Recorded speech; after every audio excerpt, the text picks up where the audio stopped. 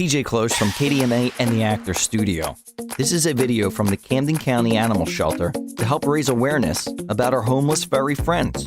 It is a consistent job that requires a certain amount of love for animals. So join us on this presentation on how the Camden County Animal Shelter does such an amazing job giving our furry friends a temporary place to stay and helping them find a great companion in a great home. So, let me put a scenario to you.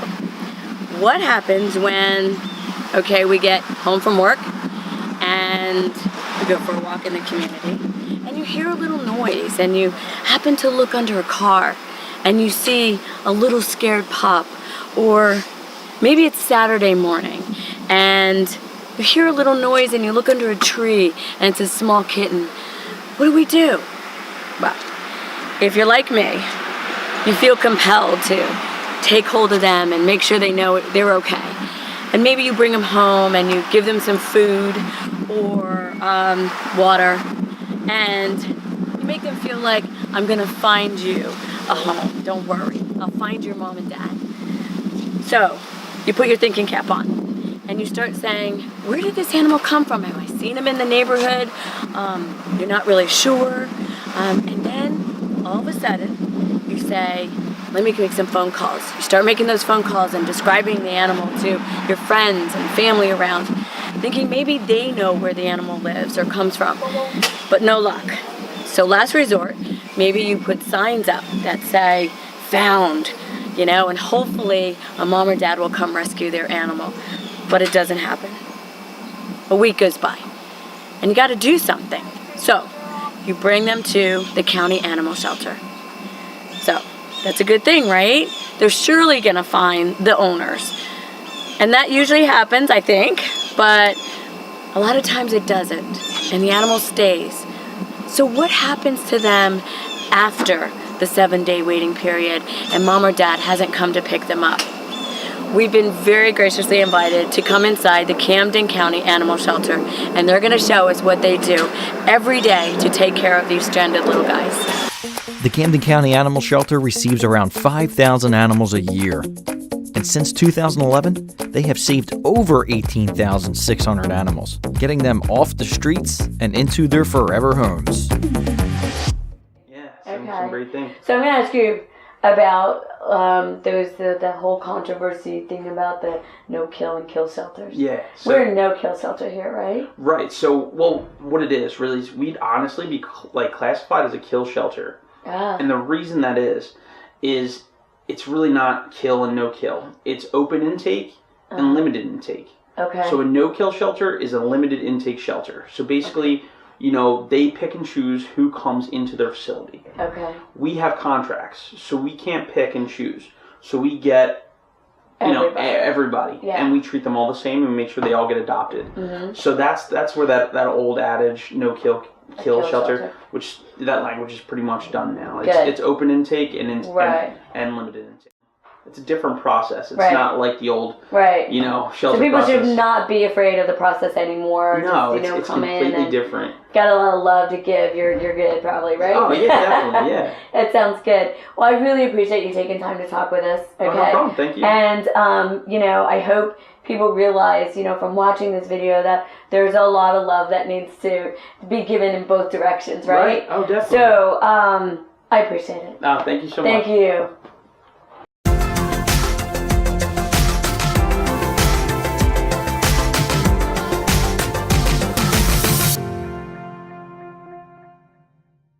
So hi Angel, how are you? I'm fantastic. Great. How are you? Thank you so much for letting us interrupt your day and get to know what it is you do here at the Camden County Animal Shelter.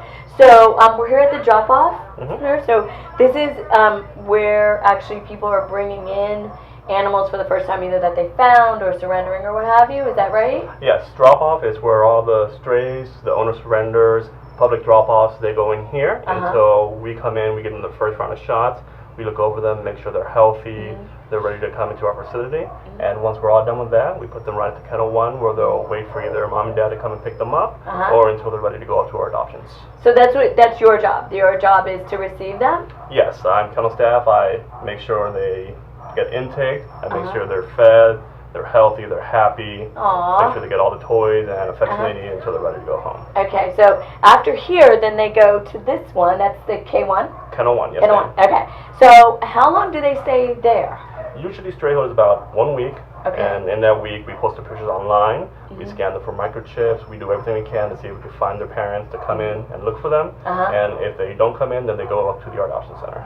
Okay. And most of the time, do the parents come? Oh yeah, a lot of times people come in, they find their dogs. They come in, they find their dogs. That has to be so rewarding for you, right? It's the best part of the job. Sounds good. So then, what happens when they don't come? When mom or dad never comes and 7 days are over? If we can't find their parent, then we assess them for adoption and we take them right up to the adoption center to find them a good home. Great. Okay, so then we head to the adoption center, which is this way? Yes, ma'am. Can we go that way now? Absolutely. Great.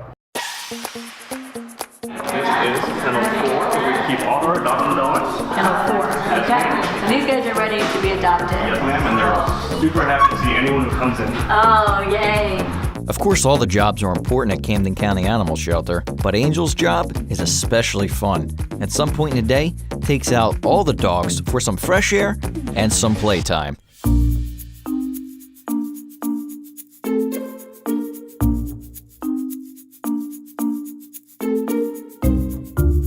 Hey, Carly, how are you? I'm good, how are you? Good. Thank you so much for letting us interrupt your day. No problem. So what is it that you do here at the shelter? So I'm part of the wellness staff. So medically we take care of all the animals and we medicate them, make sure they're happy and healthy and they're ready to get adopted. Okay. So that means when they come in and they get dropped off, you check them out to make sure that they're healthy. Yes, ma'am. Right? And if they're not? If they're not, we just try to figure out what exactly is going on, whether they have an upper respiratory infection or they have some kind of wound or anything like that. We try to figure out the best kind of medication to put them on and then medicate them, and then hopefully they get healthier and we can move them up for adoption as soon as possible. Okay. Now I also noticed that you have like an ICU clinic. Yes, ma'am. So you really do like actual surgeries and you take care of the animals truly medically. I mean, like Yes, if ma'am. they need a surgery or if they need, whatever, you do that. Yes, ma'am. And you do that at the cost, the shelter just eats that cost. Yes, Is that, ma'am. is that it? That's amazing. Yes, ma'am. That's like really crazy. So how long have you been here? I've been here for 2 years. 2 years, and that's what you've been doing for 2 years? Yes, Wow. mostly. Yeah. Now you have to have seen a lot in 2 years. You see a lot of animals come and go. You probably have the tears of joy and the tears of happiness. So what keeps you going? What keeps you doing this? Just thinking about the difference that you make with helping these animals that are homeless, and especially when you see them at their worst days when they're sick, and Right. just being able to bring them up and make them healthy, and then being able to see them go off into the homes that they deserve with the people who truly will give them a great life that makes it all worth it. in the end. That has to be what you have to focus on. Yes, You ma'am. can't really focus on that sad part. It's just the recovery and all of that. Now, do a lot of your animals come in needing that type of service? A lot of the times, yes, we do have a lot of, especially cats and kittens that come in. They're the majority of what comes in that's unhealthy that we need to take care of. The dogs are sometimes better taken care of. They don't get sick until later on, but the cats usually come in right away needing some kind of medical attention. Okay. So- All right, go do your thing. We don't Yes, want to keep you ma'am. from doing what you do best is keeping them healthy and well. And I'm sure they all appreciate you guys because I've met a lot of you guys are a great team. Oh, thank you. I've met a lot of great people here, and I'm sure all of these animals really, really, really do appreciate what you do. Yes, So ma'am. Thank I you. won't take too much more of your time. Thank You have a you. great day. You Thank you too. so much.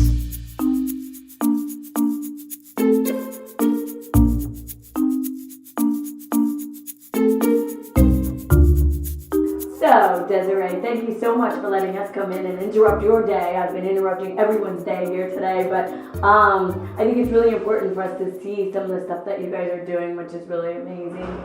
So, first of all, thank you. Definitely.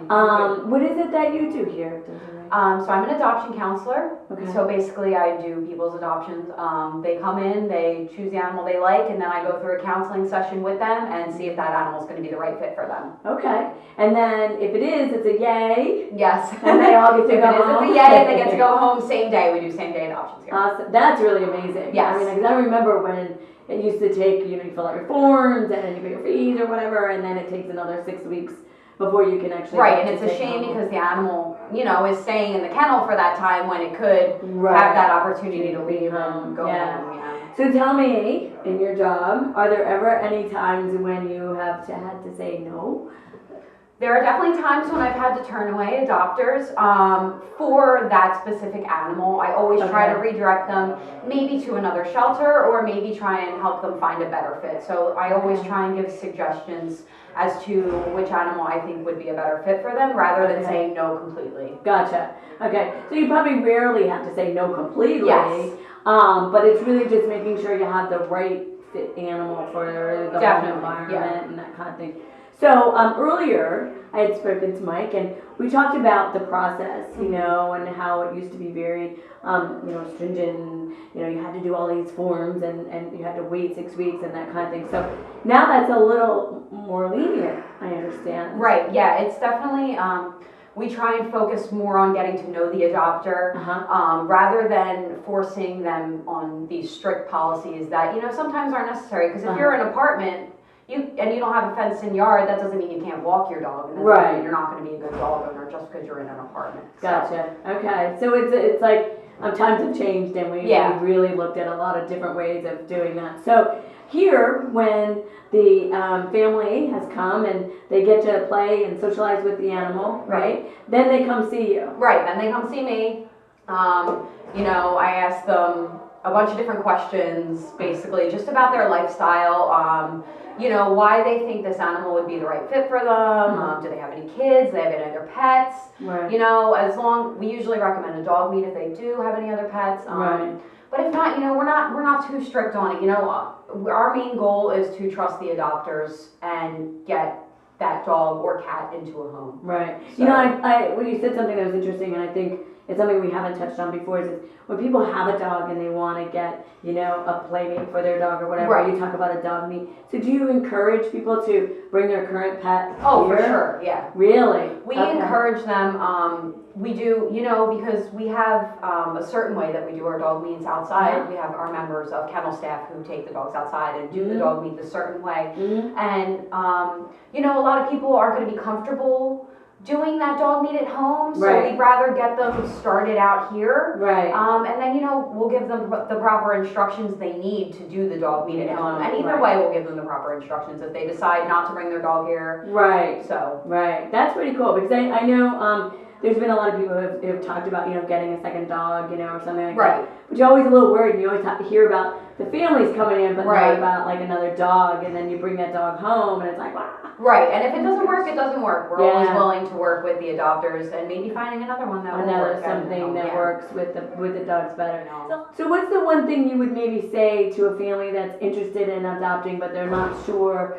What's the one thing that people should maybe just consider or make sure that they're ready for before they step out into the world of adoption? I always tell them, if you would not consider having another child, do not consider bringing a pet home. Yeah. Because, you know, I feel like it is, I don't think people realize that sometimes it's just as much responsibility as taking home another child. You're going to love, care, feed, you know, let outside, go to the bathroom. I mean, you know, it's a lot of responsibility, but if along with that comes such an experience, and you know, it's just so rewarding. So I feel like along with the child, you get such rewarding experiences from taking home a pet as well. So, and some of us, like me, I have a dog, I don't have a child, and you have my child.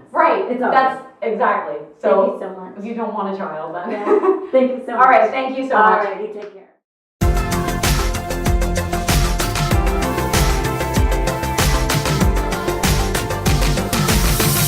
Joe, thank you so much for taking time to talk to us. Now, tell me what it is that you do.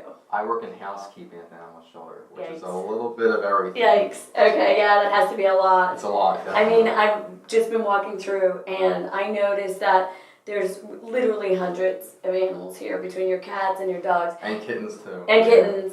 And that number has to change. It probably goes up and down depending on what's happening. Depends on the season or what's been going on or anything. Okay, so your job then is to make sure all of this stuff stays clean, especially for this little guy, right? Yeah. To make sure we have a clean area. And truly, I've been walking through, and with hundreds of animals, it doesn't smell like that.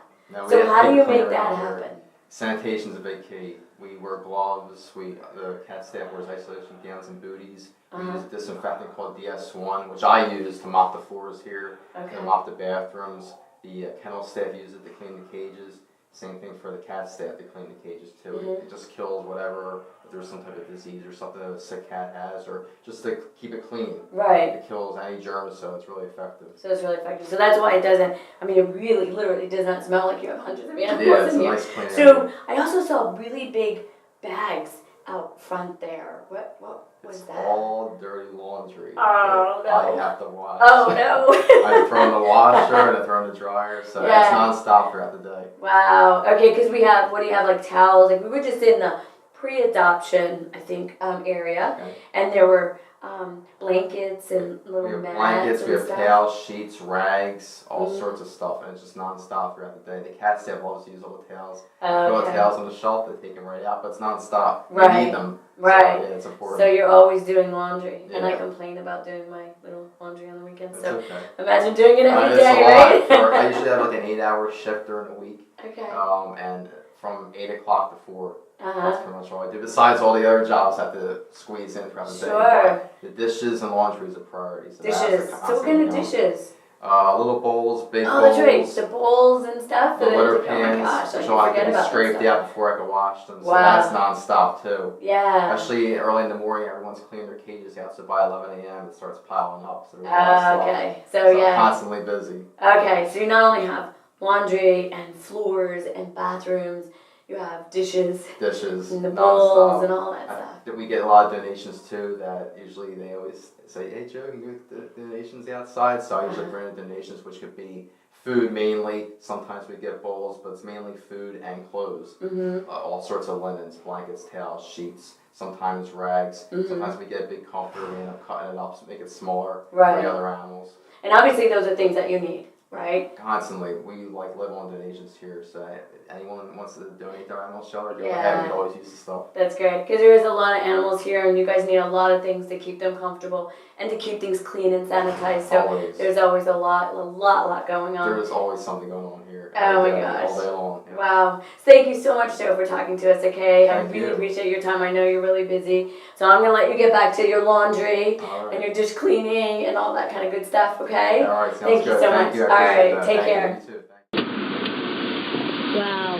So we've really seen a lot today. I am so grateful that we got a chance to come into the Camden County Animal Shelter. And, you know, I met with the medical staff and the cat people and the dog handlers. And who else did we meet? Housekeeping, who takes care of this place. The dishes, everything, the laundry. And also we got to talk to the counselors and the director. And as you see, it takes a lot, a whole team, to make this place work every single day. And you can see that Camden County Animal Shelter truly cares about the animals that walk through this door. You can too. Give us a call at 856-482-9113 to ask how you can help with donations to the Camden County Animal Shelter, or visit our website at KDMA and theactorstudio.com. Take care, everybody.